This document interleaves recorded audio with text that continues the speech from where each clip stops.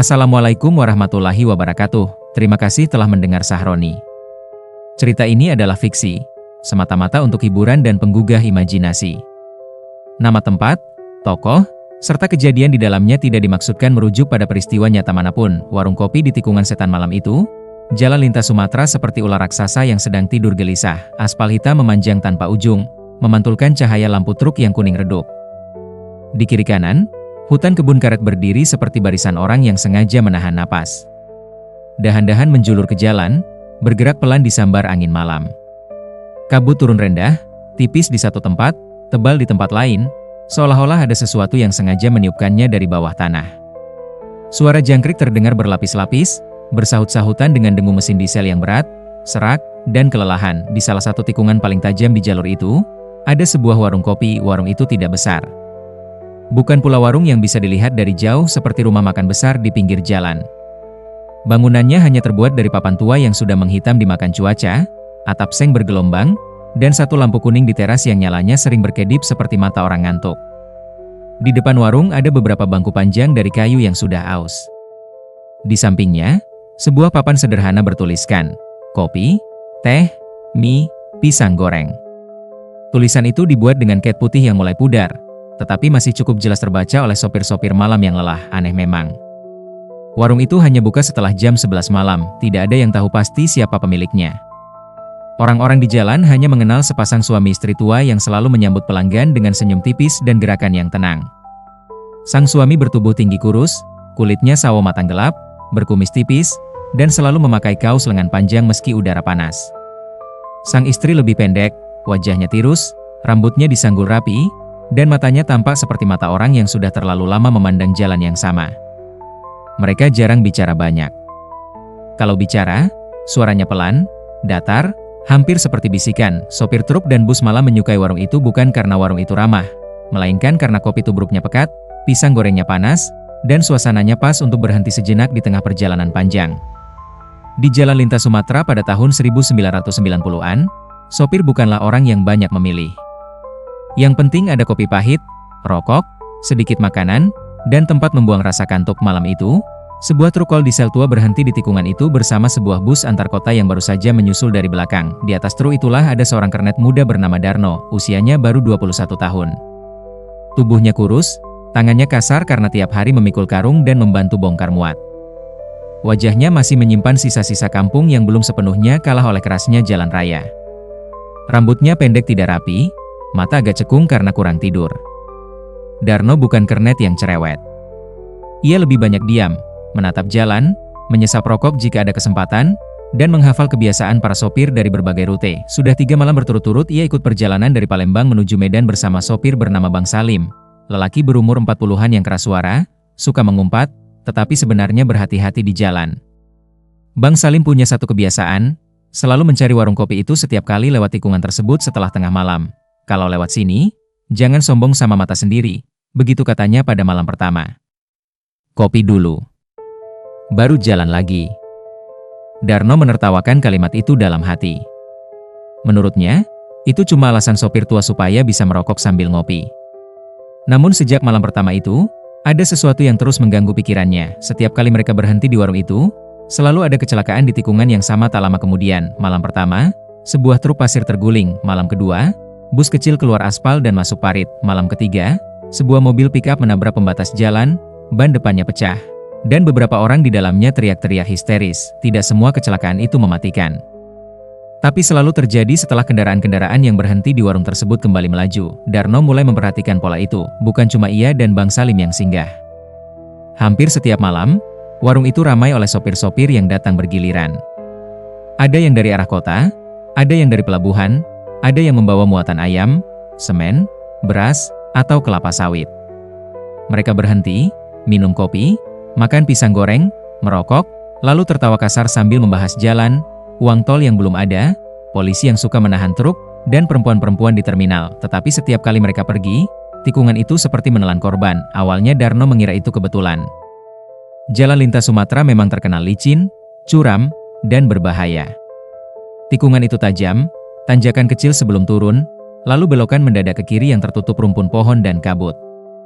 Jika sopir mengantuk atau terlalu cepat, Kecelakaan sangat mungkin terjadi, namun yang aneh adalah waktunya. Seringkali, kecelakaan itu terjadi hanya 15 menit, kadang 10 menit, setelah kendaraan terakhir keluar dari warung. Dan yang lebih aneh lagi, Bang Salim selalu berkata hal yang sama setiap kali mereka hendak berangkat. Jangan lama-lama lihat ke belakang. Darno pernah bertanya, maksudnya apa, Bang? Bang Salim tidak menjawab saat itu. Ia hanya mematikan rokok, menatap jalan, lalu berkata, jalan ini suka balas menatap. Darno tidak suka jawaban seperti itu. Pada malam keempat, ia memutuskan untuk mengamati warung itu lebih teliti. Mereka tiba sekitar pukul 11:15. Udara dingin, kabut naik dari bawah jurang, menyelimuti ban-ban truk seperti kain putih kotor. Dari kejauhan, lampu warung seperti kunang-kunang yang sengaja bertahan di tengah hutan gelap. Bang Salim memarkir truk tepat di pinggir bahu jalan. Mesin masih menyala sesaat. Darno turun, meregangkan kaki yang pegal, lalu memandang warung itu. Dari dekat, bangunannya tampak lebih tua dari yang ia kira. Papan dindingnya retak-retak, jendela kacanya buram, dan di bawah lampu teras ada noda-noda hitam yang sulit dipastikan apakah bekas lumpur atau sesuatu yang lain. Di dalam, terdengar suara piring bertemu sendok. Ada aroma kopi tubruk yang kuat bercampur minyak goreng dan gula merah. Suasana warung seperti membawa dunia lain yang terpisah dari jalan. Hangat, murah, dan terlalu tenang. Masuk, kata Bang Salim, menepuk bahu Darno. Biar mata nggak dimakan jalan. Mereka masuk. Di dalam warung, ada 5 orang sopir duduk di bangku kayu. 2 orang di meja dekat jendela, 3 orang di pojok kanan. Semua tampak lelah, tetapi tetap bercakap dengan nada keras khas laki-laki jalanan. Salah satu dari mereka tertawa sambil mengetuk meja. Kalau siang lihat tikungan itu kayak biasa aja, katanya. Pas malam, baru terasa kayak mulut setan.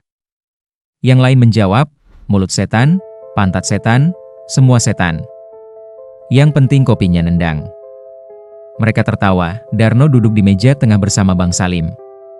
Tak lama, sang istri pemilik warung datang membawa 2 gelas kopi tubruk dan sepiring pisang goreng. Ia meletakkan semuanya tanpa suara berlebih. Silakan, Mas, katanya pelan. Darno mengangguk. Terima kasih, Bu. Wanita itu menatapnya sesaat terlalu lama, lalu tersenyum tipis. Senyumnya membuat Darno tidak nyaman, bukan karena seram. Justru karena terlalu tenang, ia mengamati wajah wanita itu. Kulitnya pucat meski lampu kuning membuat semua orang tampak sama-sama kusam. Matanya dalam, seperti menyimpan air gelap yang tak pernah bergerak. Tangannya dingin saat sempat menyentuh ujung piring. Darno sempat merasakan sesuatu seperti sentuhan kain basah di kulitnya. Beberapa menit kemudian, sang suami keluar dari balik tirai dapur membawa termos besar dan kaleng biskuit tua. Ia menuangkan kopi ke gelas-gelas pelanggan lain. Suaranya rendah, nyaris tanpa intonasi. Jalan licin malam ini, katanya. Kalau ngantuk, jangan dipaksa. Salah satu sopir tertawa. Kalau ngantuk, ngopi lagi, Pak. Sang suami hanya mengangguk. Darno memperhatikan cara pasangan itu bekerja. Mereka seperti hafal urutan tiap gerakan. Tanpa tergesa. Tanpa salah. Tidak pernah menatap satu sama lain, tetapi selalu seolah sudah tahu apa yang akan dilakukan pasangannya sebelum sempat diminta. Bang, bisik Darno pada Salim, warung ini bukanya memang selalu jam 11? Iya. Kenapa? Bang Salim mengisap rokoknya perlahan. Katanya, cuma jam itu pelanggan paling banyak datang. Darno menoleh. Katanya siapa? Bang Salim menghembuskan asap, lalu menjawab pendek, orang-orang jalan.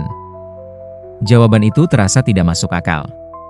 Namun sebelum Darno sempat bertanya lebih jauh, dari arah luar terdengar suara truk menderu pelan dan berhenti. Lalu pintu warung terbuka, membawa dingin dan bau tanah basah masuk bersama seorang sopir baru. Sopir itu basah kuyup, wajahnya pucat, dan matanya tampak seperti belum benar-benar sadar. Ia duduk di kursi paling dekat pintu, lalu meminta kopi dengan suara serak. Pahit, katanya. Yang paling pahit. Sang istri mengangguk dan pergi ke dapur. Sopir itu menatap sekeliling warung, lalu berhenti pada Darno. Ada tikungan depan, katanya tiba-tiba, seakan melanjutkan percakapan yang tidak pernah dimulai. Hati-hati. Saya tadi hampir nggak lihat apa-apa. Darno mengerutkan dahi. Kabut? Sopir itu tidak menjawab. Ia justru menunduk, menatap telapak tangannya sendiri seperti orang bingung. Aneh, gumamnya. Saya tadi lihat ada orang berdiri di tengah jalan. Bang Salim berhenti mengisap rokok. Sopir-sopir lain saling memandang sekilas, lalu kembali diam. "Apa yang Anda lihat?" tanya Darno. Sopir itu mendongak, lalu tersenyum kecil. Senyum yang hambar dan tidak wajar. "Dua orang," katanya pelan. "Laki-laki dan perempuan. Basah semua. Berdiri tepat di tikungan." Warung mendadak sunyi, bahkan sendok yang tadinya berbunyi di piring berhenti. Darno merasakan tengkuknya dingin. Ia menoleh ke Bang Salim, tetapi sopir tua itu justru menatap ke lantai.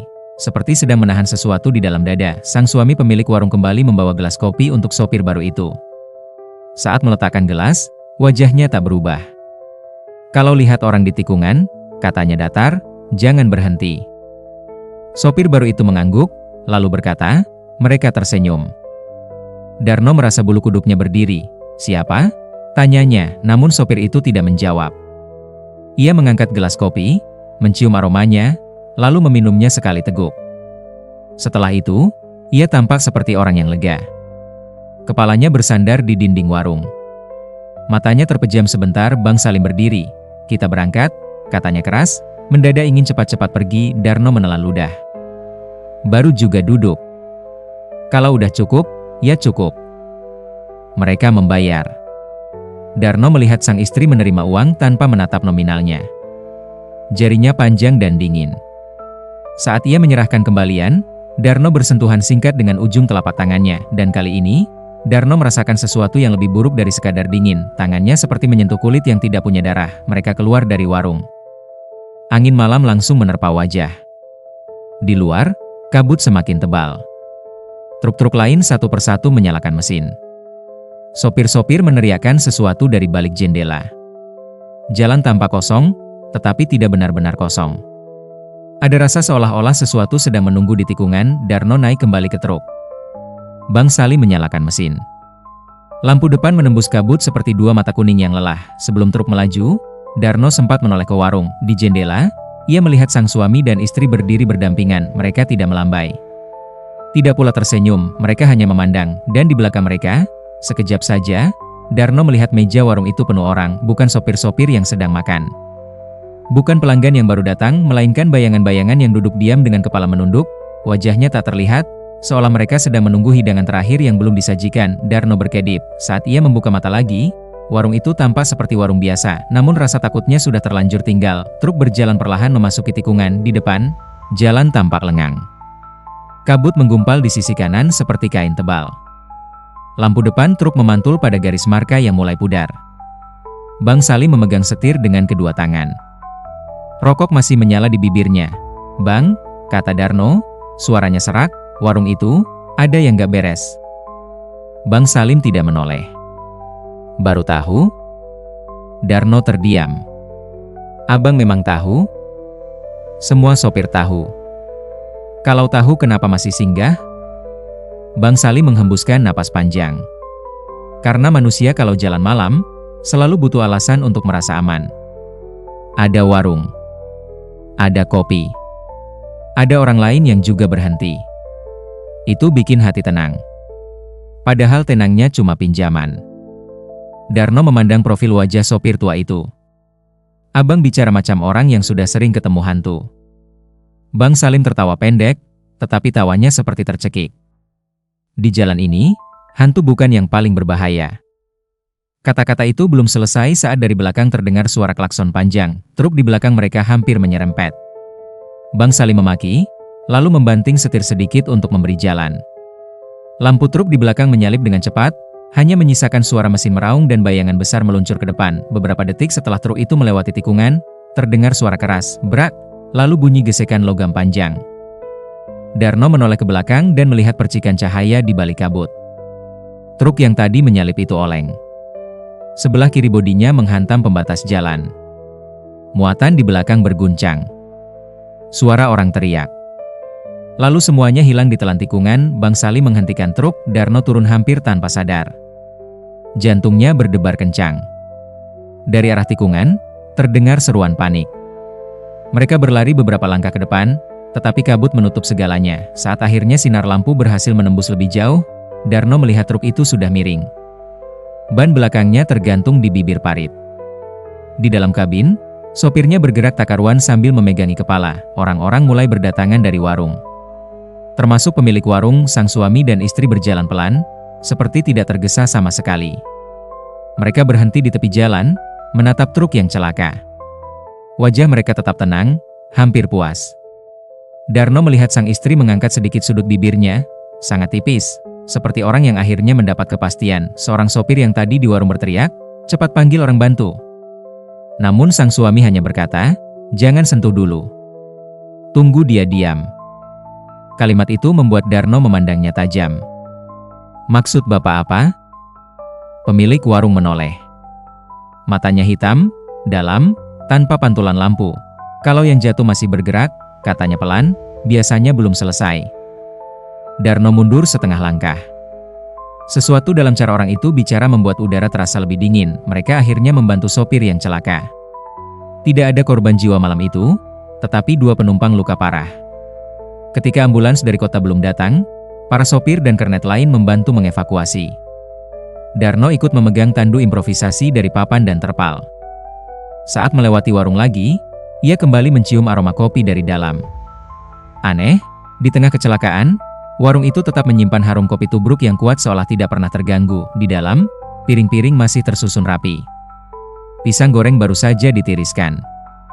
Kompor minyak menyala kecil. Warung itu tampak terlalu tenang untuk tempat yang baru saja berada di depan kematian. Malam berlanjut. Setelah kecelakaan ditangani, semua kendaraan kembali melanjutkan perjalanan. Namun tak satu pun dari sopir malam itu bicara banyak. Bahkan suara klakson pun seperti enggan dibunyikan. Darno merasa ada sesuatu yang telah ditanamkan di kepalanya. Semacam bisikan tak terdengar yang membuatnya ingin terus menoleh ke belakang. Mereka akhirnya berhenti lagi di warung yang sama menjelang pukul 2 lewat sedikit, karena Bang Salim berkata mesin butuh dicek. Darno turun tanpa semangat. Ia memutuskan memeriksa ban belakang sambil sesekali melirik ke arah warung. Hatinya tidak tenang.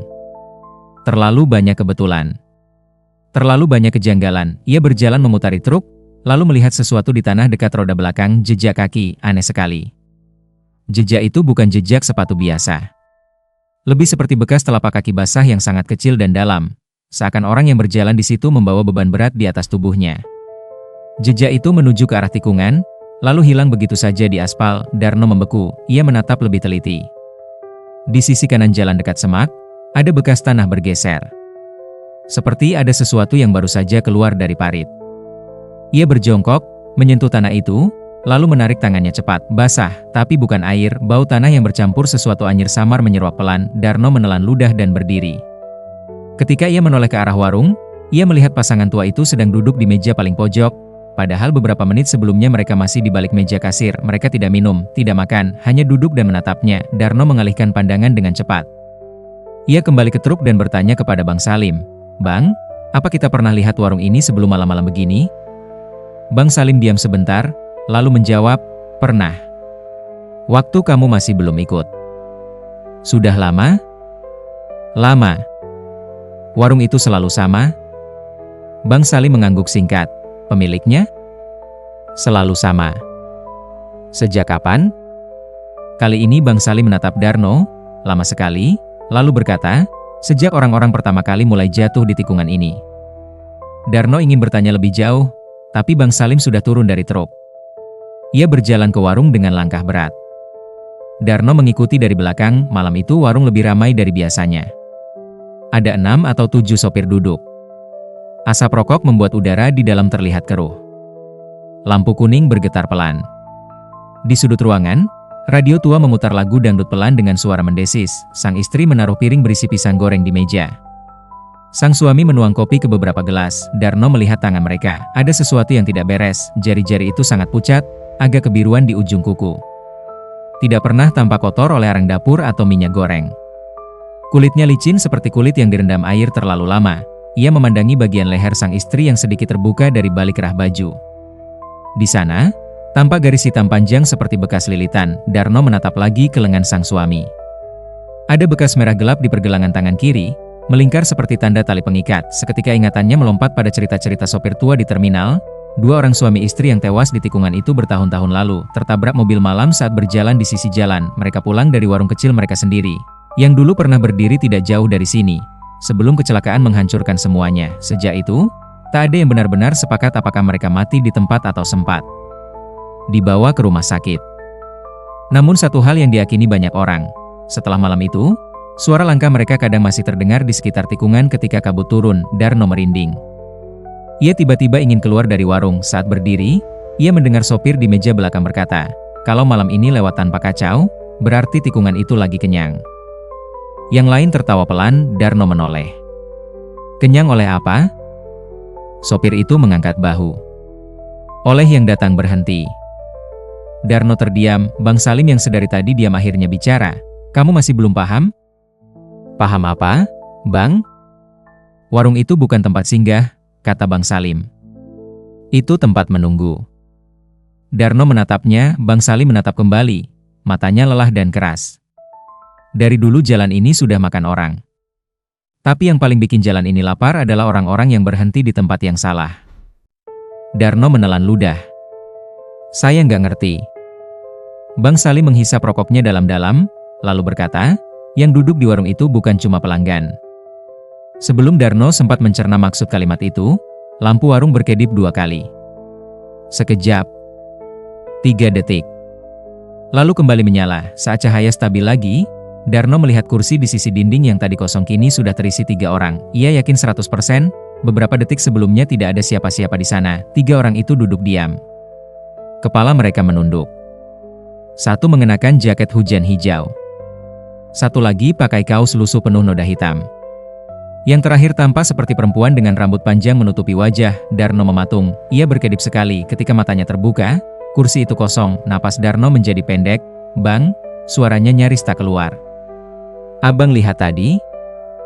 Bang Salim tidak menjawab langsung. Ia hanya menatap ke arah kursi kosong itu, lalu menekan puntung rokok ke asbak. "Sudah malam," katanya. "Jangan lama-lama di sini." Mereka pulang ke truk, namun Darno tidak bisa tidur. Dalam perjalanan, matanya terus melirik kaca spion. Kabut tebal mengikuti di belakang seperti sesuatu yang berjalan tanpa suara.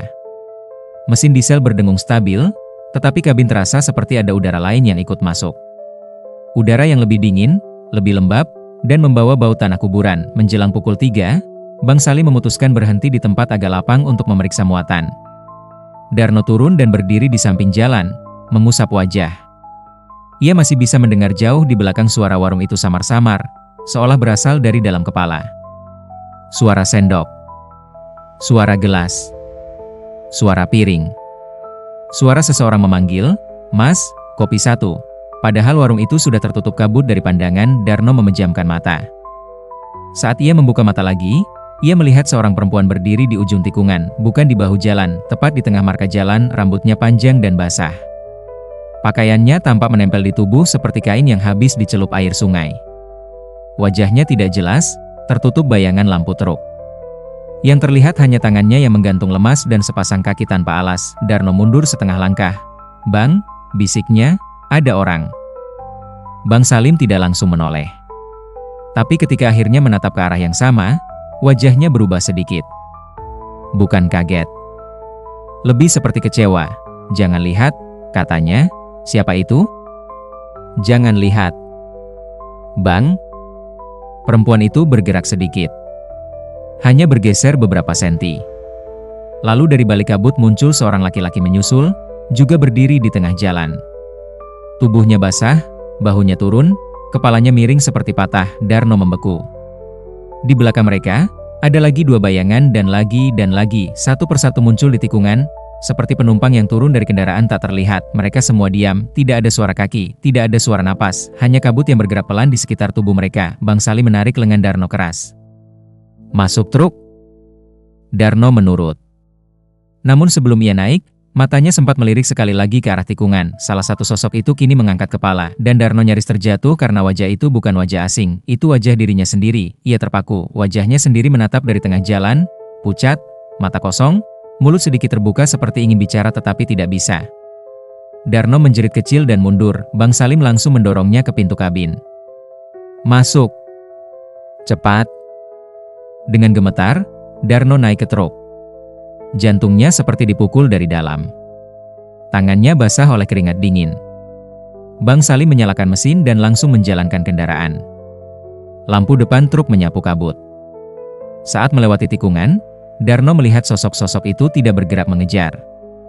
Mereka hanya berdiri diam, menatap, seolah memang dari awal mereka tidak perlu bergerak untuk menangkap siapapun. Mereka melaju beberapa ratus meter sebelum Darno akhirnya berani bicara. "Bang, itu saya." Bang Salim tidak menjawab. "Itu muka saya, Bang. Saya lihat muka saya di jalan." Bang Salim menggenggam setir erat. "Akhirnya kamu lihat juga." Darno menoleh tajam. "Maksudnya apa?" Bang Salim tetap menatap jalan. "Kamu pikir sejak tadi kamu masih ikut jalan sama aku?" Darno terdiam. Suara mesin terdengar lebih keras dari biasanya. Apa maksud Bang Salim? Sopir tua itu menghela napas panjang, begitu panjang, seolah ia menunggu pertanyaan ini sejak lama. "Kamu ingat kecelakaan pertama yang kamu lihat?" Darno mengernyit. "Malam pertama? Bukan yang tadi. Yang dulu. Waktu kamu pertama kali ikut dari Palembang." Darno berusaha mengingat. Ada gambar samar dalam kepala. Jalan gelap, hujan gerimis, sebuah sedan kecil keluar dari tikungan, lalu lampu besar menghantam sesuatu di bahu jalan. Orang-orang berlarian. Teriakan. Pecahan kaca. Darah. Entah, ia menutup mata sejenak, lalu membukanya lagi. "Itu, saya lihat ada orang tertabrak." Bang Salim mengangguk pelan. "Siapa yang tertabrak?" Darno hendak menjawab, tetapi mendadak lidahnya berat. Dalam kepalanya, gambar itu mulai bergerak aneh. Ia ingat bahwa malam itu ia memang berdiri di pinggir jalan. Ia ingat sedang membantu menarik tali terpal. Ia ingat suara rem, teriakan, dan sosok yang terlempar ke semak. Namun sosok yang terlempar itu adalah dirinya. Darno membeku. Tidak, itu tidak mungkin. Ia mencoba mengingat lebih keras. Malam pertama. Kecelakaan pertama. Ia berlari menolong. Darah. Asap. Suara kendaraan lain berhenti. Bang Salim memanggil namanya. Lalu, sesuatu menghantam? Atau ia ditabrak? Atau ia terpeleset ke tikungan?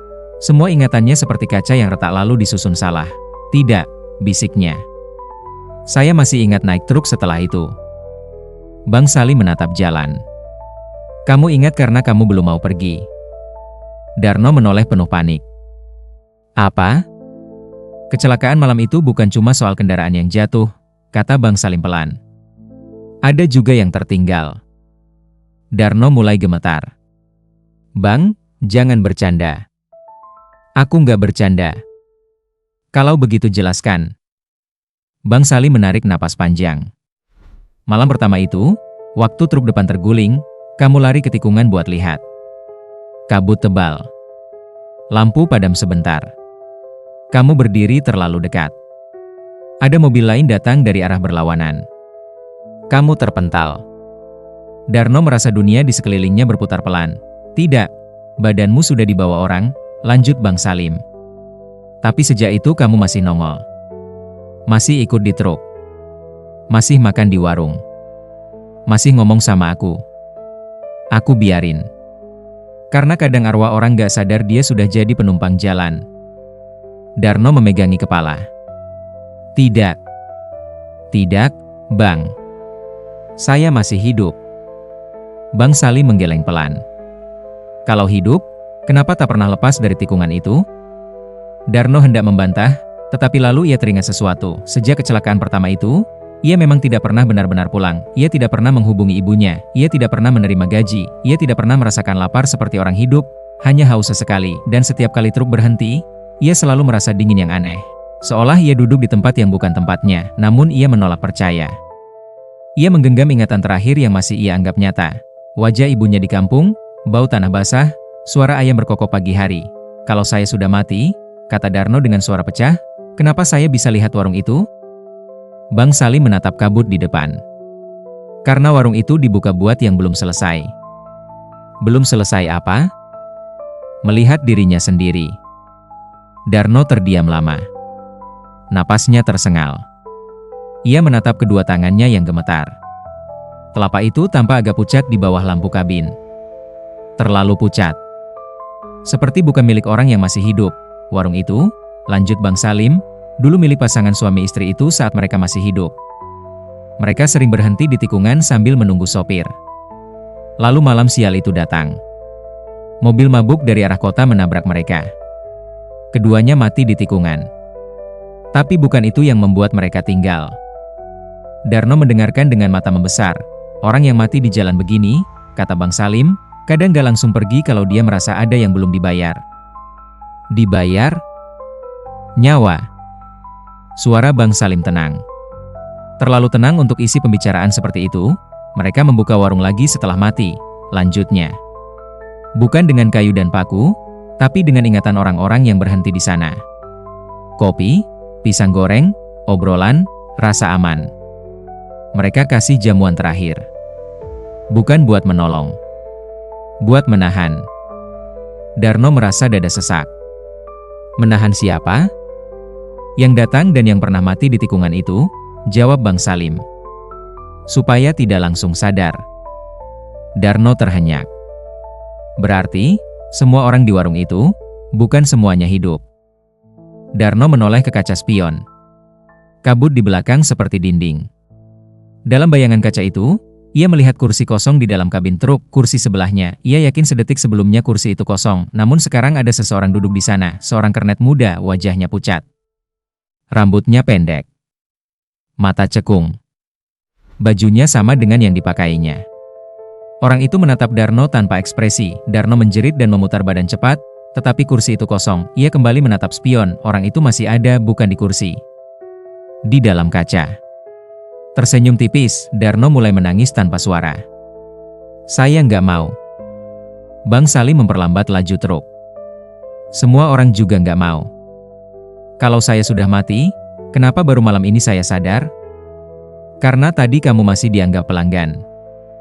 Darno menatap Bang Salim, tidak mengerti. Warung itu punya aturan, kata Bang Salim. Kalau kamu berhenti dan minum kopi di sana 3 kali, kamu mulai dianggap bagian dari antrean. Antrean apa? Antrean buat diajak masuk. Darno menggigil hebat. Masuk kemana? Bang Salim tidak langsung menjawab. Ia memutar setir, menurunkan kecepatan, lalu berkata sangat pelan, ketikungan yang sebenarnya. Darno memejamkan mata, tetapi yang datang justru ingatan paling buruk, malam pertama itu. Ia berdiri di tikungan. Truk terguling. Ia berlari. Ada suara rem. Cahaya besar menghantam. Tubuhnya melayang. Lalu semuanya putih sebentar. Setelah itu gelap. Dan di gelap itu, ia mendengar 2 suara memanggil dari jauh, suara laki-laki dan perempuan. Masuk saja, kata suara itu. Minum dulu, kata suara lain. Darno membuka mata. Nafasnya tercekat. Ia sekarang paham sesuatu yang selama ini tidak ia mengerti. Ia tidak pernah benar-benar meninggalkan tikungan setelah malam pertama. Ia hanya terus diundang kembali. Warung kopi itu bukan warung biasa, itu pintu, tempat orang-orang yang mati di jalan singgah sebelum sadar bahwa mereka sudah bukan penumpang lagi. Bang Salim menatapnya sekilas, lalu berkata, kamu mulai ingat, ya? Darno menangis. Kenapa Bang tidak bilang dari awal? Aku tunggu kamu ingat sendiri. Kenapa? Karena kalau ku bilang, kamu malah ikut mereka. Darno ingin bertanya lagi, tetapi tiba-tiba mesin truk tersendat. Lampu depan meredup. Di kaca depan, kabut menebal. Jalan di depan berubah seperti lorong sempit tanpa ujung. Bang Salim memukul setir sekali. Mesin batuk. Lalu mati, hening. Darno menoleh panik. Bang? Bang Salim hanya menatap keluar di depan mereka, dalam kabut, tanpa warung kopi itu lagi, padahal mereka yakin barusan sudah meninggalkannya jauh di belakang. Warung itu berdiri di tengah jalan, lampu kuningnya berkedip pelan. Dari jendelanya tampak siluet pasangan suami istri yang sedang menyiapkan sesuatu di meja. Piring, gelas, termos, pisang goreng. Di samping warung, truk-truk lain terparkir tak bergerak, seperti kendaraan yang sudah menyerah. Darno gemetar. Kita kembali? Bang Salim menutup mata sebentar. Bukan kembali. Belum keluar. Suara ketukan terdengar dari luar kabin. Tok. Tok. Tok. Darno menoleh. Di luar jendela, sang istri berdiri. Wajahnya sangat dekat dengan kaca. Matanya menatap lurus ke arah Darno. Bibirnya tidak bergerak, tetapi suara tetap terdengar, seolah muncul langsung di kepala. "Masuk, nak," katanya pelan.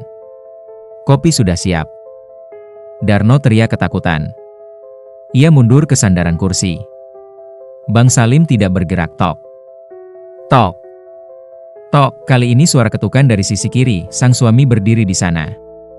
Di belakangnya, kabut bergerak seperti kumpulan tangan. "Jangan takut," kata sang suami. "Semua yang datang ke sini, kami layani." Darno teringat wajah-wajah di warung. Kursi kosong. Jejak basah. Bayangan yang duduk diam. Ia mengerti warung itu tidak pernah benar-benar kosong karena mereka sedang menerima orang yang tidak sempat kembali ke rumah. Ia menatap Bang Salim dengan mata membesar. "Bang, kita harus apa?" Bang Salim membuka mata. Di wajahnya ada kelelahan yang sangat tua. "Turun?" "Tidak. Kalau tetap di sini, kamu ikut jamuan mereka. Kalau turun?" Bang Salim tidak langsung menjawab. Ia menatap Darno lama sekali, lalu berkata, "Mungkin kau dapat tahu kenapa kamu belum pergi." Darno menelan napasnya. Di luar, pintu warung perlahan terbuka sendiri. Aroma kopi semakin kuat, aroma pisang goreng panas, aroma gula merah, aroma yang seharusnya menenangkan, tapi kini terasa seperti bau tanah basah di liang lahat. Darno membuka pintu kabin dengan tangan gemetar. Kakinya seperti bukan miliknya saat menyentuh aspal. Kabut dingin langsung memeluk tubuhnya. Dia menoleh ke belakang, namun truk ini tampak jauh, seperti benda yang terpisah dari dunia. Bang Salim masih duduk di dalam, atau mungkin tidak. Wajah sopir tua itu samar. Darno melangkah menuju warung dengan langkah ragu. Ketika semakin dekat, ia melihat tulisan di papan warung. Huruf-hurufnya tampak baru, padahal tadi sudah tua dan pudar. Kini terbaca jelas, "Warung Kopi Jamunan TRAKHIR." Darno berhenti. Jamunan, bukan kata yang ia kenal. Tapi ia mengerti maksudnya, jamuan yang terakhir. Pintu warung terbuka lebar. Dari dalam terdengar suara ramai. Tawa laki-laki. Gelas diletakkan. Sendok beradu. Seseorang memanggil namanya dari dalam. "Darno?"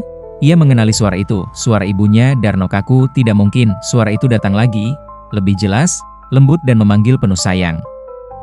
"Darno, masuk, nak. Jangan berdiri di luar." Dingin. Air mata Darno jatuh. Rasa rindu menghantamnya seperti palu. Ia maju setapak, lalu berhenti lagi. Itu bukan suara ibunya, itu suara warung, suara yang tahu bentuk kerinduan manusia. Di ambang pintu, pasangan suami istri berdiri berdampingan. Sang istri mengangkat piring berisi pisang goreng. Sang suami memegang gelas kopi panas. "Kamu sudah lama kami tunggu," kata sang istri. Darno memandang mereka. Untuk pertama kali, ia melihat sesuatu yang benar-benar jelas di balik wajah mereka. Bekas luka, bekas hantaman keras di dada dan leher, tanda bahwa dulu mereka mati di jalan dengan tubuh yang remuk. "Kenapa saya?" tanya Darno. Suaranya parau. Sang suami menatapnya. "Karena kamu melihat kecelakaan pertama." "Lalu?" "Orang yang melihat mati di tikungan," kata sang istri, "kadang tertinggal lebih lama daripada yang tertabrak." Darno gemetar. "Saya tidak mau ikut." "Kamu sudah ikut sejak awal." "Tidak. Saya masih hidup." Sang suami menatapnya tajam. "Kalau hidup, coba panggil namamu sendiri." Darno terdiam, ia mencoba. "Darno?" Suaranya keluar lemah, seperti dipantulkan sesuatu yang jauh. "Sekali lagi," kata sang istri, "Darno." Tidak ada gema. Tidak ada pantulan suara ke kabut yang terdengar, justru suara dari dalam warung. Seseorang menjawab dengan suara serupa, tetapi lebih pelan, lebih dingin. "Darno." Darno mundur, ketakutan. Di dalam warung, ia melihat meja panjang yang sebelumnya tidak ada. Di atas meja itu, berjajar gelas kopi, pisang goreng, dan nasi bungkus. Lalu beberapa kursi diisi satu persatu oleh bayangan orang-orang. Ada sopir. Ada kernet. Ada penumpang. Mereka semua duduk dengan kepala menunduk, seperti menunggu sesuatu yang sudah lama dijadwalkan. Dan di tengah-tengah mereka, seorang kernet muda mengangkat kepala. Wajahnya adalah wajah Darno, bukan bayangan, bukan pantulan. Wajah dirinya yang lain, duduk di kursi dan memegang gelas kopi. Kernet itu menatapnya dengan mata kosong, lalu tersenyum tipis. "Sudah ingat?" tanya sosok itu. Darno hampir pingsan. Seketika ingatan yang hilang menyeruak utuh malam pertama itu. Ia bukan sekadar melihat kecelakaan, ia terkena langsung, tubuhnya jatuh di tikungan. Kepalanya menghantam batu. Bang Salim berteriak. Orang-orang lari. Dan sesudah itu, seseorang atau sesuatu membawanya pulang ke warung, bukan pulang ke dunia, pulang ke tempat menunggu. Selama ini ia hanya berjalan di pinggir ingatan, dibujuk oleh kopi, disuguhi suara, dan ditahan oleh warung yang tidak membiarkan yang mati sadar terlalu cepat. Darno menutup wajahnya dan menangis keras. Sang istri mengulurkan piring pisang goreng. Kalau sudah ingat, katanya lembut, makanlah dulu. Setelah itu baru pilih. Darno menatap pisang goreng itu. Wah, panasnya naik tipis. Aromanya manis. Sangat manusiawi. Sangat biasa. Dan justru itu yang paling mengerikan. Warung itu tidak menakutkan karena berantakan. Ia menakutkan karena begitu mirip tempat singgah yang hangat. Pilih apa? Tanya Darno pelan. Sang suami menjawab, mau ikut duduk, atau mau belajar jalan sendiri. Darno menatap ke dalam warung. Ia melihat Bang Salim duduk di ujung meja, memegang kopi, wajahnya samar di antara asap. Lelaki itu mengangkat gelas sedikit, seolah memberi salam terakhir. Lalu Darno paham, Bang Salim bukan benar-benar sopir hidup, atau mungkin pernah hidup, lalu tetap kembali setiap malam untuk menuntunnya sampai sadar. Bang, bisik Darno. Bang Salim tidak menjawab. Tapi kali ini Darno merasa, untuk pertama kalinya, ia mendengar doa di antara bunyi sendok dan gelas. Darno menarik napas panjang. Ia memandang pasangan suami istri itu, lalu memandang meja jamuan yang penuh kursi kosong. Lalu ke warung yang hangat. Lalu ke tikungan gelap di luar yang menunggu dengan mulut terbuka. Akhirnya ia menggeleng pelan. Saya nggak mau duduk. Sang istri mengangguk, seakan sudah tahu jawaban itu sejak lama. Kalau begitu, katanya, jalanlah. Darno bingung. Kemana? Ke arah yang tidak memanggil namamu. Sang suami menyibakkan sedikit pintu warung. Di luar, kabut mulai pecah. Jalan tampak lebih gelap dari sebelumnya, tetapi ada garis samar menuju kejauhan. Bukan terang. Hanya jalan yang tidak berputar ke tikungan itu lagi. Kalau kamu tetap melihat ke belakang, kata sang suami, kamu akan terus singgah di sini. Darno menatap mereka satu persatu. Lalu, dengan tubuh gemetar, ia melangkah mundur dari ambang pintu. Saat ia mundur, suara-suara di dalam warung mulai mengecil. Gelas-gelas berhenti berbunyi. Tawa pelan menghilang. Lampu kuning berkedip semakin lambat. Wajah-wajah di dalam warung memudar satu demi satu, seperti foto yang dicuci hujan. Bang Salim berdiri dari kursinya.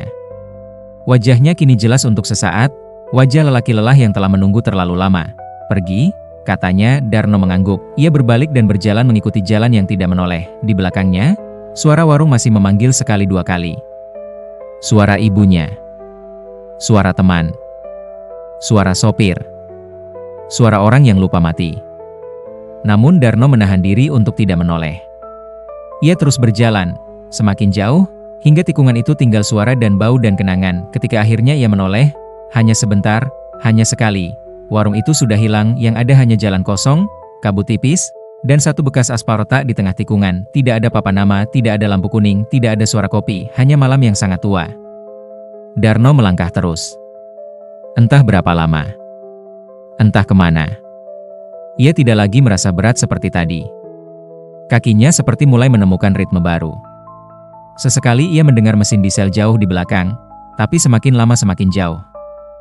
Ia tidak menoleh. Pagi atau mungkin sesuatu yang menyerupai pagi akhirnya datang. Kabut menipis. Burung-burung hutan mulai bersuara. Garis cahaya keabu-abuan merekah di langit timur. Darno berdiri di tepi jalan yang mengarah ke desa kecil. Di sana ada rumah-rumah, warung yang benar-benar hidup, dan orang-orang yang bangun untuk memulai hari. Ia menatap tangannya sendiri. Kini warnanya lebih terang. Udara lebih hangat. Ia tidak yakin apakah ia sudah benar-benar keluar atau hanya diberi waktu sebentar untuk merasa demikian. Di kejauhan, sebuah truk lewat. Darno menatapnya. Sesaat, ia melihat refleks cahaya pada kaca depan truk itu. Dan di baliknya, samar sekali, tampak Bang Salim duduk mengemudi. Di sampingnya, kursi kernet kosong. Lalu truk itu berlalu. Darno berdiri lama di pinggir jalan sampai matahari naik perlahan. Ia tidak tahu harus kemana. Tapi untuk pertama kali sejak malam kecelakaan, ia tidak mendengar warung memanggil namanya. Ia hanya mendengar angin pagi, dan di antara angin itu, seperti jauh sekali, terdengar satu kalimat terakhir dari seseorang yang pernah menjaga tikungan. Perjalanan malam memang panjang. Tapi jangan berhenti di tempat yang memanggilmu pulang, padahal itu bukan rumah. Darno menutup mata. Ketika ia membukanya lagi, ia merasa lebih ringan. Entah itu tanda ia benar-benar pergi, atau justru baru mulai sadar bahwa jalan masih menyimpan banyak tikungan. Dan sejak hari itu, para sopir yang lewat di tikungan tajam jalan lintas Sumatera sering bercerita tentang satu hal kadang. Pada malam yang sangat berkabut, mereka melihat warung kopi kecil itu kembali menyala, lampu kuningnya redup, papa namanya tua, dan di terasnya, ada sepasang suami istri yang sedang menunggu. Pelanggan baru dengan senyum yang terlalu tenang, mereka tidak memaksa siapapun berhenti, mereka hanya menyalakan kopi, menggoreng pisang, dan menunggu, sebab di jalan malam, selalu ada orang yang lelah, selalu ada yang butuh singgah, dan selalu ada yang belum sadar bahwa jamuan terakhir kadang disajikan dengan aroma paling familiar. Terima kasih sudah mendengarkan Sahroni.